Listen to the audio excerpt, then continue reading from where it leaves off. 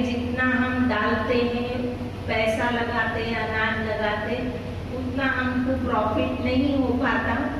और दूसरा, हम रासायनिक खाद से ज़्यादा उगाना चाहते लालच के तौर पर, और वो सबको नुकसान करता है रासायनिक खाद से, और जिसकी हमको दवाई नहीं मिल पाती।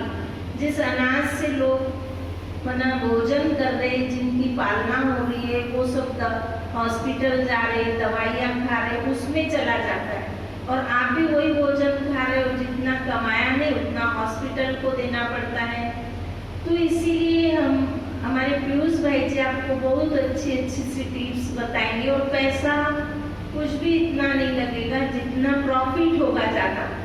तो आप सबका फिर से दिल से स्वागत है, और ऐसी बहुत सारी बातें आप आज सीखेंगे बाबा के घर में, और बाबा के घर वो खाकर ही लास्ट में जाएंगे, ऐसी शुभ भावना के साथ। और आज ये सीखकर बार बार, ये आपका घर है, ये आपके पिता का घर है, आप बार बार यहाँ पर आना और आकर आप सीखना कि कैसे और हम आगे बढ़ सकते हैं।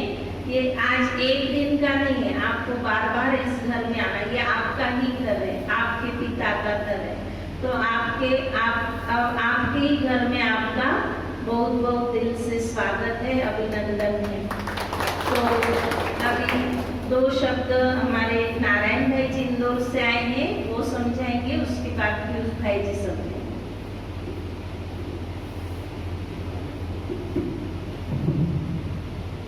ओम शांति, ओम शांति, ओम शांति।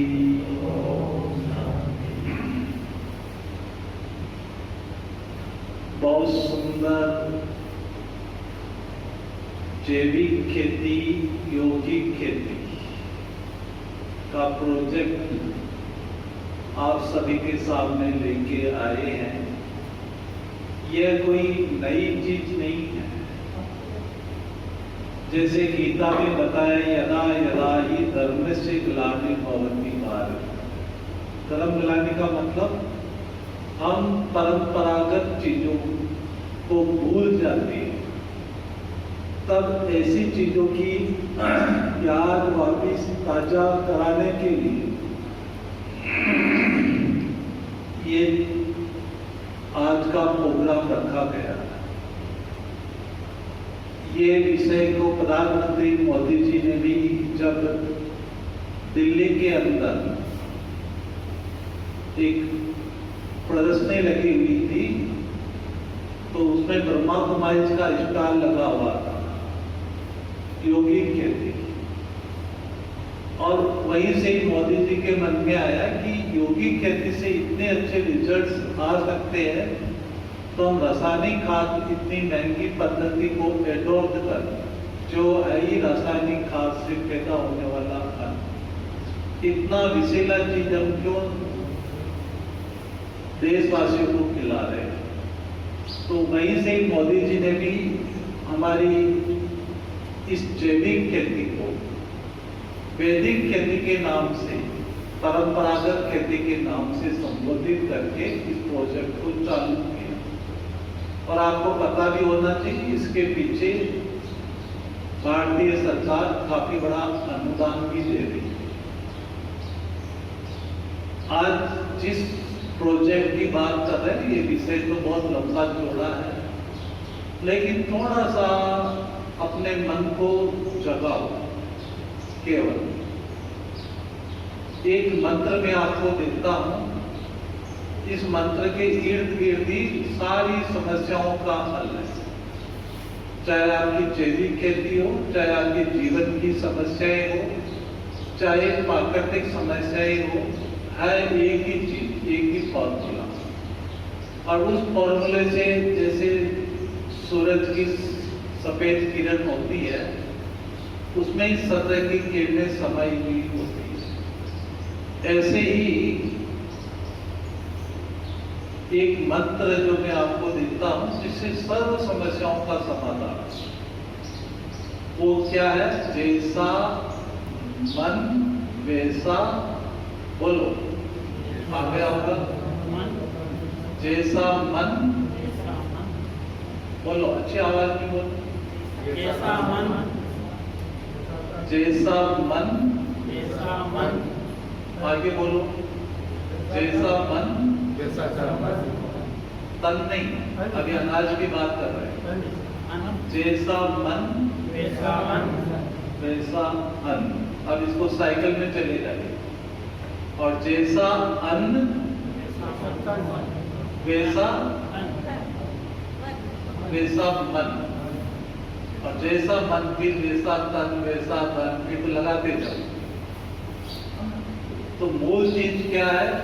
ये एक बहुत बड़ा गहरा विज्ञान है। इसी विज्ञान को बताने के लिए गीता का ज्ञान दाता भगवान आकर के बताते, एक ही चीज, अपने को जानो। अपने पौधों से, अपनी धरती माता से ये जीवन परिवर्तन होगा। हमको इस योगी खेती में ये अपनी भावनाओं का परिवर्तन करना है हमको। उसके बाद में जब हम फसल बोने के बाद में भी प्रतिदिन हमको खेत में राजयोग का अभ्यास करना है। परमात्मा से शक्ति लेना है और उन पौधों को देना है। उसमें इतने शुभ संकल्प करना है कि प्रकृति के पांचों तत्वों से भी बातें करनी है। सूर्य देवता से बात करने की है। सूर्य देव, आपको इन पौधों को इतनी ही गर्मी, इतनी ही ताप देना है जितनी इनको जरूरत है। अभी गर्मी में जब लू चलती है हमारे इधर, तो हम पवन देव, वायु देवता से भी बात करते हैं योग में कि आपको भी इन पौधों को उतनी ही वायु प्रदान करना है जितनी इनको चाहिए। माना जो गर्म लू चलती है ना, आपको अनुभव सुना है, 9 तपा में 25-27 मई को भी हमको हमारे खेत में ठंडी हवा लगती है। वो हवा भी जब इस भगवान के खेत में आती है, शाश्वत योगी खेती के जब एरिया के अंदर आती है, तो वो भी अपना स्वरूप चेंज कर लेती है। प्रकृति से हम बातें करते हैं, जल से बातें करते हैं। जब हम पानी लेते हैं तो पानी को भी चार्ज करते हैं, योग से चार्ज करते हैं, फिर उसको चलाते हैं। या तो हमारे कुएं ट्यूबवेल में हम एक लोटे में जल लेते हैं तांबे के, उसको 1 घंटा योग से चार्ज करते हैं, उसको कुएं ट्यूबवेल में डाल देते हैं, फिर वो पानी हम देते हैं। शुद्धिकरण, प्रकृति के तत्वों का भी शुद्धिकरण होता है। अभी हमारे पास बहुत सारी फोटोज हैं, वीडियोस हैं, थोड़ा सा बीच में बैठ हम आपको दिखाना चाहेंगे। लैपटॉप भैया ला रहे हैं ना, चाहिए आपको थोड़ी सी खुशी की, जब आप देखोगे तो आपको अच्छा लगेगा। 2.5 एकड़ जमीन से भी मुझे विश्वास है, उसके बाद समझ में आती है आप खेती के असर किसी को जल्दी तो नहीं विश्वास है। कम से देखो ये चीजें बार-बार नहीं मिलेगी भैया। अगर आप आज अपना 1 घंटा दे दोगे तो आगे भविष्य बदल जाएगा। पपीता लगी और आपको आधा बीघा में हरा से खड़ा है, मुझे लगता है साल भर में पड़ जाएगा।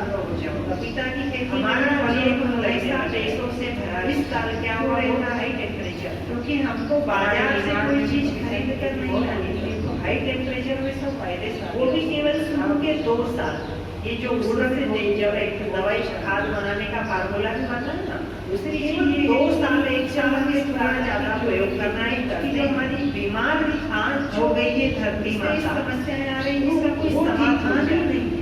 अरे हमारी भारत भूमि का तो गायन है कि मेरे देश की धरती सोना उगले उगले गिरे, आदत भी नहीं। और आज जब मैं अपने खेत में जाता हूँ तो इतनी खुशी होती है, इतना उमंग और उत्साह बढ़ता है हमारा वहाँ जाकर। ठीक है, रियल में प्रैक्टिकल में हमारी धरती माता को सोना और रोटी ही दे रही है, और साल और हीरे मोतियों के जैसा शुद्ध और पवित्र अन्न दे रही है। हमें कोई स्वार्थ नहीं है कि हमारी फसल 2 परिवारों के लिए ऐसी खेती भी होती है, कभी धन के प्रति अपने मन के संकल्प नहीं चलते। ऐसी फसलें भी हैं जिसमें 2 से 3 लाख मिलते हैं। कई हमारे किसान भाई जो 1 एकड़ में 4 लाख 5 लाख की फसल भी लेते हैं। तो कहीं हम नौकरी करेंगे, सब युवा भाई मेरे बैठे हैं, तो जीवन भर वही 8,000 का आखिरी तक भी 10 से 12,000 नहीं होगा।